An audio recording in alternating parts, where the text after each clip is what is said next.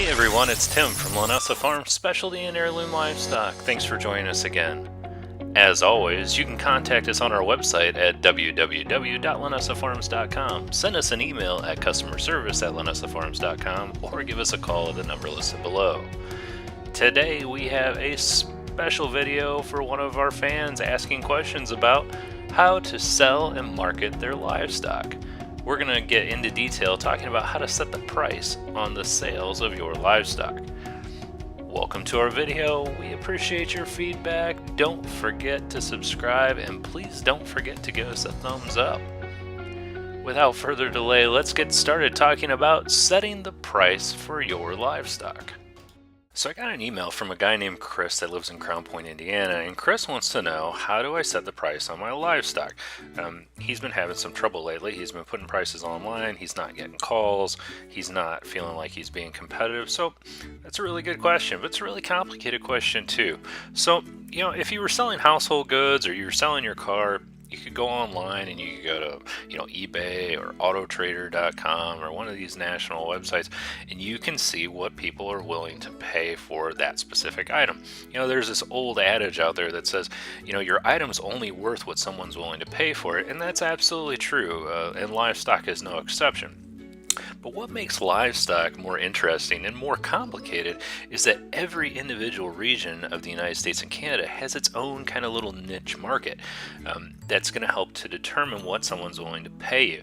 Now today we're going to talk about lambs. Now lambs I consider to be one of the more complicated animals to sell because different times of the year and different places in the United States have this huge impact on what the price is going to go for.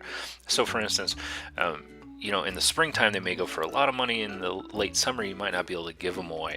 So we're going to use lambs as the example today, but really these rules are going to apply to other things such as hogs and cattle and goats and chickens.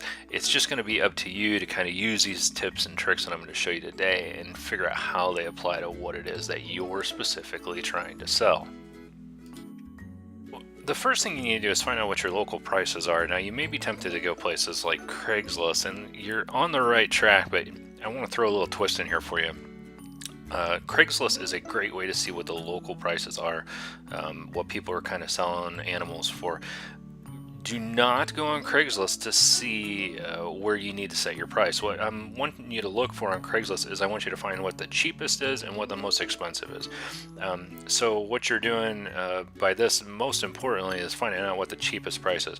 If you want to sell, say, your lamb for $125 a head, and you go on Craigslist and see that there's a whole bunch of people in your area that are selling for $100 a head, you're probably going to have a hard time moving them. Don't worry too much about some of these astronomical prices that you may see on there. Again, you need to remember, just because someone's asking a price for something does not mean that they're actually going to get it. I see animals all the time that are listed on Craigslist for these exorbitant prices, and they don't sell. Nobody cares, that you want $8 a pound for your lamb. The bottom line is nobody's going to pay that much for it. So just something to keep in mind. So we're going to go to Craigslist, go ahead and open it up, and we're going to walk through here and see what the prices are in our area.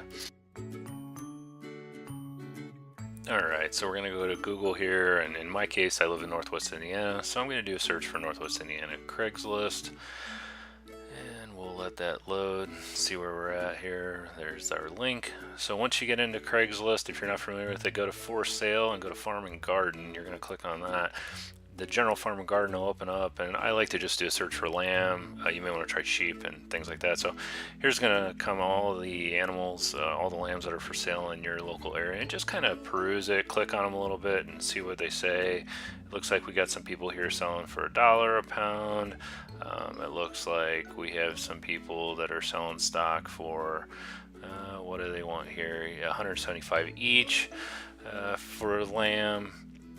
Then we're looking at our stuff here, like we were talking. Okay, so you got $125, $175 a piece, and now we've got somebody that wants $8 a pound. So if you got a 100-pound lamb, they're going to charge you $800. All right, so that Craigslist thing is it's just going to give you a basic idea of what you're looking at, what's out there.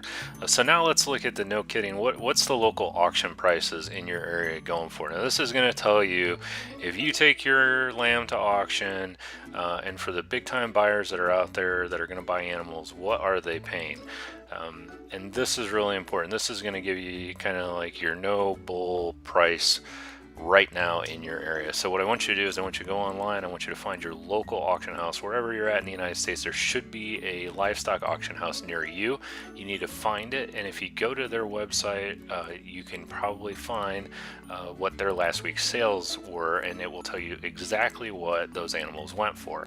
So in our case, we're going to go to our local auction house, which is going to be in Shipshewana, Indiana. We also have one here in Lowell, Indiana, but just for the sake of presentation, we're going to go to the Shipshewana one, and we're going to see what the local prices were for last week. So as you can see, I've done my Google search. I have found the Shipshewana Livestock Auction website. I'm going to click on that. It's going to take me in, and here we are. Boom, market report. So I'm going to go down and take a look, and it's going to give me prices. So like for instance here, you see hogs last week. Hogs were selling for 41 cents a pound. If I scroll down here, I can see sheep, I can see goats. Looks like goats last week, the kids were selling for 60 to 150 per head. Looks like our lambs are selling for anywhere from $1.20 to $2 a pound. So again, this is going to give you a really good idea of what's out there and what's available to customers in your area. Right, so we've looked at local auctions. Now we want to see what actual national prices are. So I want you to go to Google. Once you get to Google, I want you to do a search for lamb futures. You can do hog futures, any kind of futures, and what you're going to find is a USDA summary usually. So in this case, we'll click on the USDA summary for lamb, and this is going to show us the prices of our feeder lambs based off of weight. It's going to show us prices of ewe lambs, slaughter lambs, and so generally, as you can see here, they'll have it broken down by the weight, and they have it broken down by price, and it's going to show you how much these are all going for. And this again is just going to give you a really good idea of where you're at and where you need to set your price. So right now, based off of what I see, if I were to price my lambs tomorrow, I would probably put them online for between $2 and $2.10 per pound live weight. Now, I would actually price them at that because I would expect to get between $1.75 and $2 a pound live weight, depending on the buyer. You can always, and you should expect, individuals are going to want to kind of get you down on your price a little bit.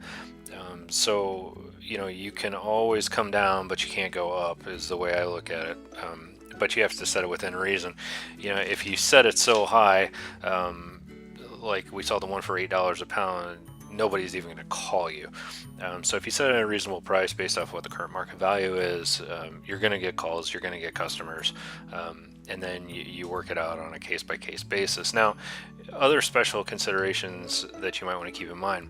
For instance, with our lamb, we have a huge ethnic population that buys our lamb, especially during times like Greek Easter. So you're going to want to do a little bit of research as far as that's concerned.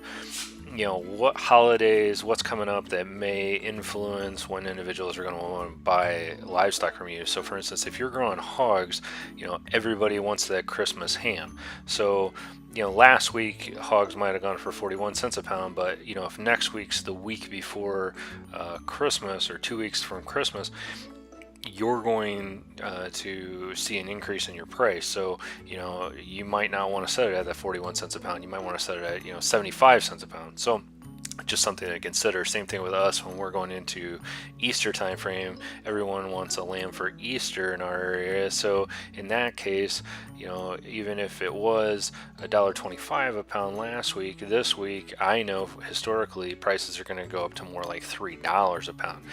Weekend before Easter for us, prices go through the roof. Week after Easter, they go back down again. So again, just special considerations that you're going to want to keep in mind. As you can see, I've done a web search to see actually when Greek Easter is going to hit. Here's a little tip for you too. If you go to our website, especially for lambs and kids, you can go to our lamb and kid calculator. You can click on the date and it'll actually show you what the estimated birthday is going to be. So for instance, if you were wanting to grow out lambs and you wanted to know, hey, you know, at what point do I have to breed my animals to make sure that I have my kids, you know, that are 6 weeks old by next Easter, this is a really helpful tool for you to use. So just a few final thoughts for you guys. As I said, we talked a lot about lambs here, but a lot of this pertains to any kind of livestock that you're going to be moving. A few other questions that we've received recently that I wanted to touch on. I've been asked, do I need to list my asking price online? And the answer is yes. If you're going to list your animals online, you want to list your asking price. And the reason is it's like if you're looking at any other item online, and I'm sure you guys can all relate to this, you're looking at items online and everything has a price, and then you get to this one item and it says call for price. And the first thought that goes through your head is, I can't afford this, or it's really expensive. And it's the same thing with your livestock. If you want people to contact you, you have to list your price. You're competing with everyone else. People are instinctively going to go with the best deal that they can find, and they're not going to want to take those extra steps. So make sure that you list your prices, and that'll help you out immensely. Well, hey, thanks for watching our video, and don't forget to follow us on Instagram at Linessa_Farms. We really appreciate your feedback. Keep it coming. We'll keep the videos coming. Thanks for watching. I hope you got a lot out of it, and I will see you next time.